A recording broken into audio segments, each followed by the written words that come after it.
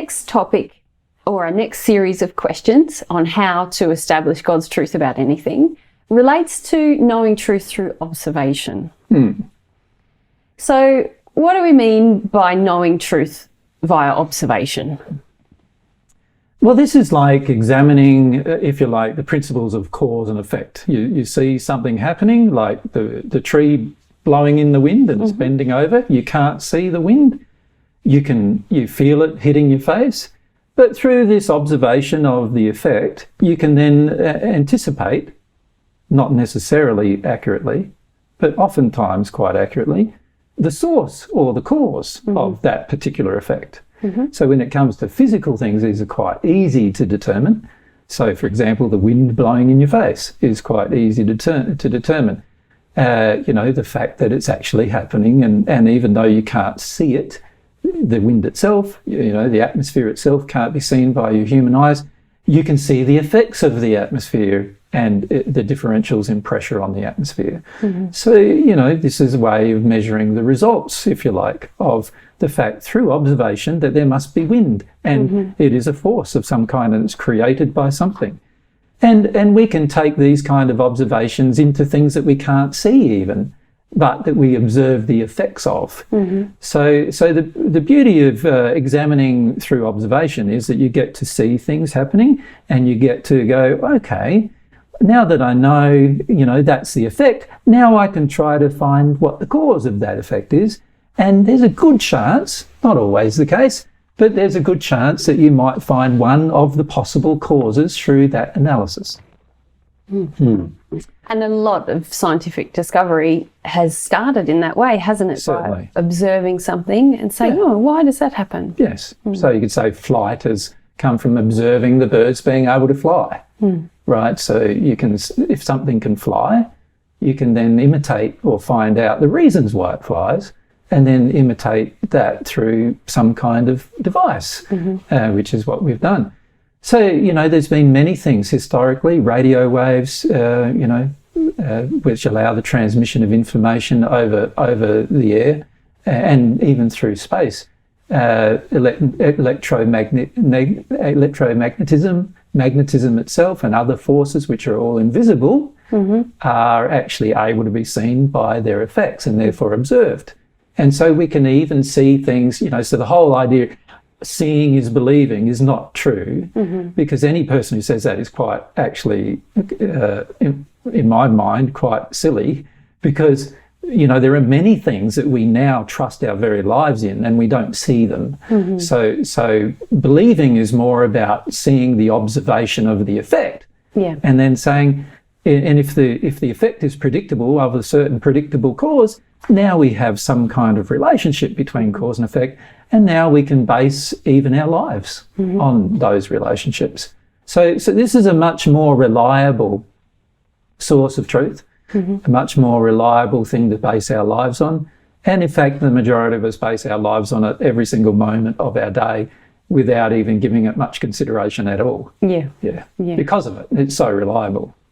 So it's got some good benefits. Yes. What are the potential drawbacks of relying on knowing truth through observation? Well, there are drawbacks, and some of the main drawbacks is we can make presumptions that are not true, particularly of the things we can't see the cause of. So in other words, we see the effect of it, but we can't see its cause. So for some examples of that could be what happens to the human body with disease. We see the disease eating away the human body. We can see the cells, in the case of cancer, eating the other cells. We can see that there is a problem going on in terms of the body not being able to correct it. But we don't understand why, at the soul level, that occurs. We can see that it occurs physically, and we start to understand through observation. We start to understand the cause and effect physically, but we still don't understand the things that are behind that cause. Causes that we have not assumed can't be measured. In other words, causes that we don't know anything about can't be measured. So you mean causes that we haven't considered as a potential can't be measured. And the human race is great at ignoring many considerable causes, very large considerable causes, because we like to ignore certain things that relate to our emotional state and our moral state and our ethical state and our state of love and our consideration of our worth as individuals and so forth. We like to ignore all of those things, and we don't see the relationship there between those being the cause and the effects being things like disease.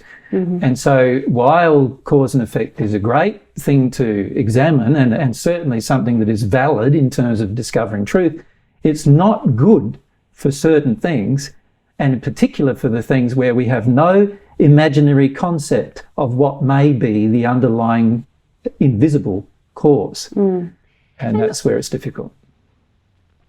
It's also the case, isn't it, that people willfully want to stay in that state often, isn't it? Yes. Sort of,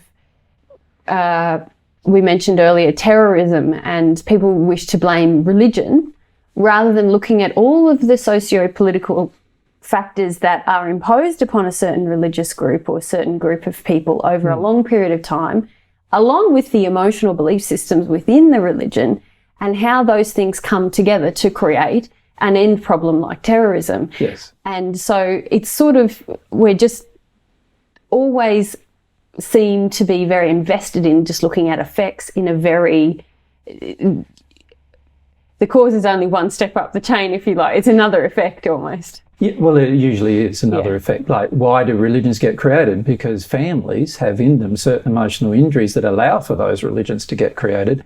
If the families didn't have the emotional injuries in them, the religion would never be able to be created and anybody ever listened to it. So unfortunately, you can see that if you trace things back further and further and further, there are primary causes, and then you could say there are effects that we think are causes. And unfortunately today on the planet, you know, we frequently see people blaming things as causes when actually they are just an effect of another, more deeper primary cause, which we are unwilling to examine in most cases. And so therefore, we're not very logical at times when it comes to cause and effect, even with things that we can see, because we frequently have this sort of concept or idea that we can skip over what we want to skip over and still find some truth. And that's not the way it is with God's truth. So, you know, these are the problems associated with drawbacks, if you like, associated with observation. You can observe the truth, but finding its cause is a much more difficult problem than just tracing the cause back one step.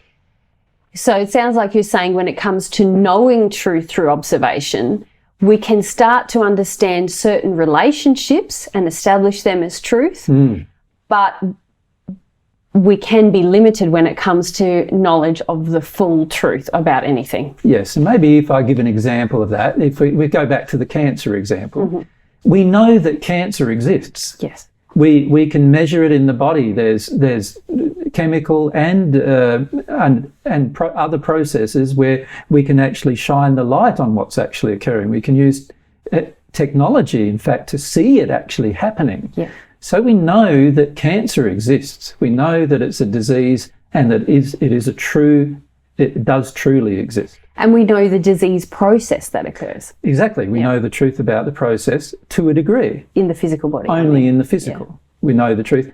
But if we knew the complete truth in the physical, you might even be able to cure it. And that's why people are looking at cures, because they're trying to examine more and more and more the truth. What triggers it? What creates it? What makes some people get cancer and other people not? Even though everyone seems to have cancerous cells at a different time, what causes some people to get it to such a point where it causes their death? Yeah. You know, these are issues and problems that the medical industry is working on right now.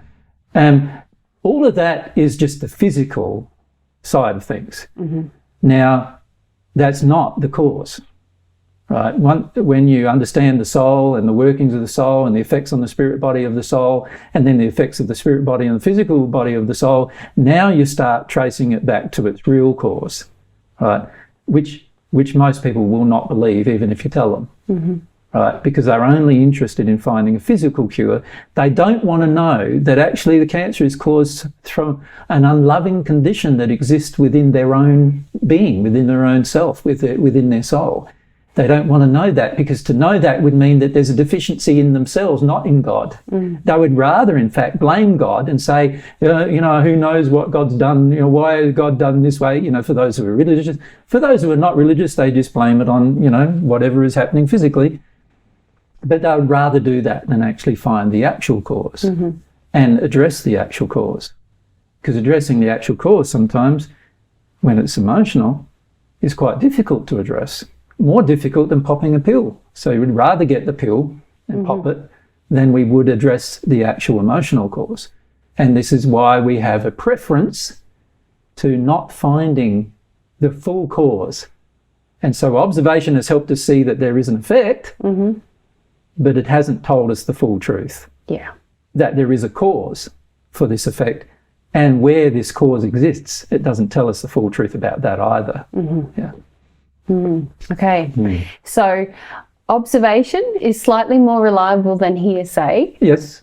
However, there's other methods. Let's move on. Well, if we just use observation, it can be a very time-consuming, difficult process, actually.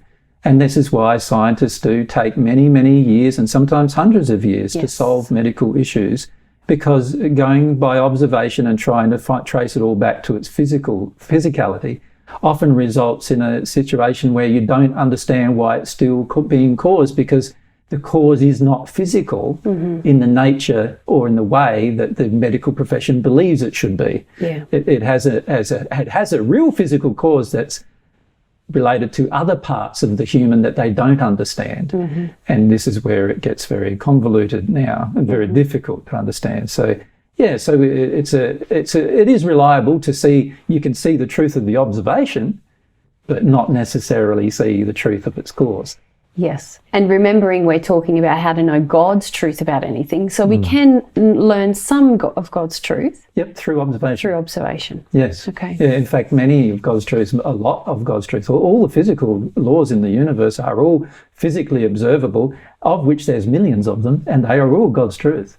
So we can observe millions of laws and their effects, but we don't necessarily understand fully their causes. Yep.